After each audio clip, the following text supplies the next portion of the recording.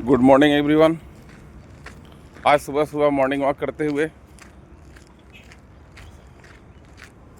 आज सभी के बीच मैं रोहित शर्मा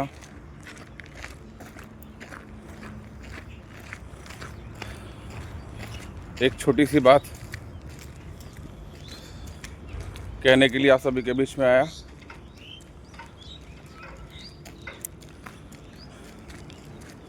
एक अधिकारी वह क्या समझता है कि हमेशा उसकी सम्मान हो रही है या उसके कुर्सी और उसके समय का सम्मान है, लेकिन वह अधिकारी क्या समझता है कि नहीं, या उसका सम्मान हो रहा है। उसका सम्मान होगा, लेकिन कब होगा? जब वह समय के साथ और मनुष्य के साथ मनुष्यता का बोध रखते हुए सभी के साथ संभाव रखेगा। संभाव तभी होगा। उस अधिकारी का सम्मान समय और उसके पद के साथ होता है, जिसके लिए मैंने कुर्सी शब्द का इस्तेमाल किया।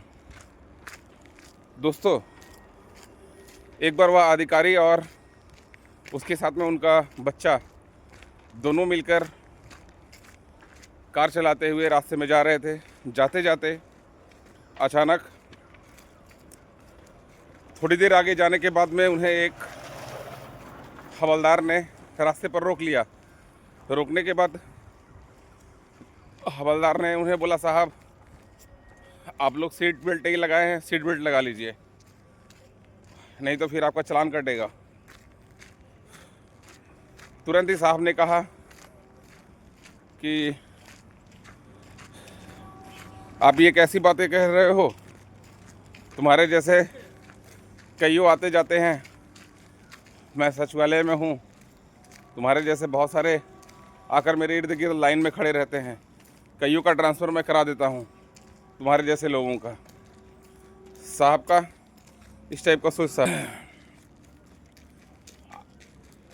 तब तुरंत ही हवलदार साहब ने तुरंत ही कहा कि साहब आप बड़े अधिकारी हैं, बात सही है, लेकिन ये हमारा और आपका जो यहाँ पे मिलन हुआ है, अधिकार क्षेत्र के हिसाब से ही मुझे यहाँ पर ड्यूटी दिया गया है और उस ड्यूटी में मेरा कार्य है और उस कार्य को करने के लिए मैं खड़ा हूँ, और ये तो आपको करनी ही पड़ेगी।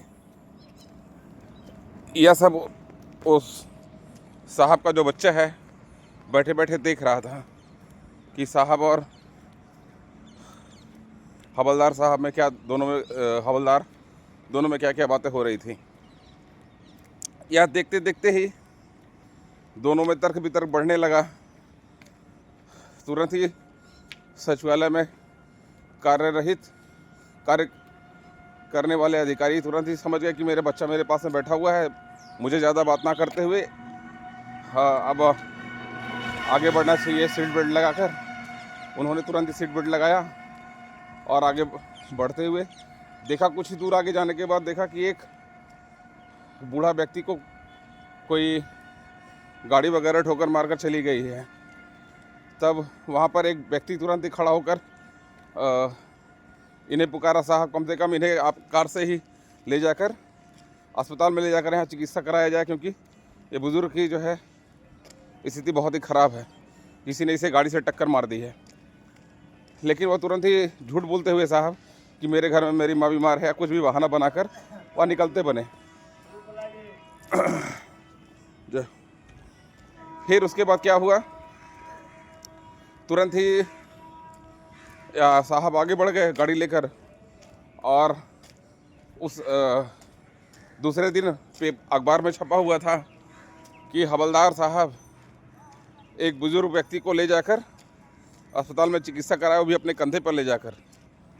तभी वो मन बच्चा सोच रहा था कि मेरे पिताजी बड़े अधिकारी हैं कि वह हवलदार साहब बड़े अधिकारी हैं। या देखते देखते वह बच्चा के मन में यह सोच आया कि मेरे पिताजी बोल रहे थे कि मैंने तुम्हारे जैसे कईयों को लाइन हाजिर करा दिया, कईयों को का तबादला करा दिया, बहुत कुछ।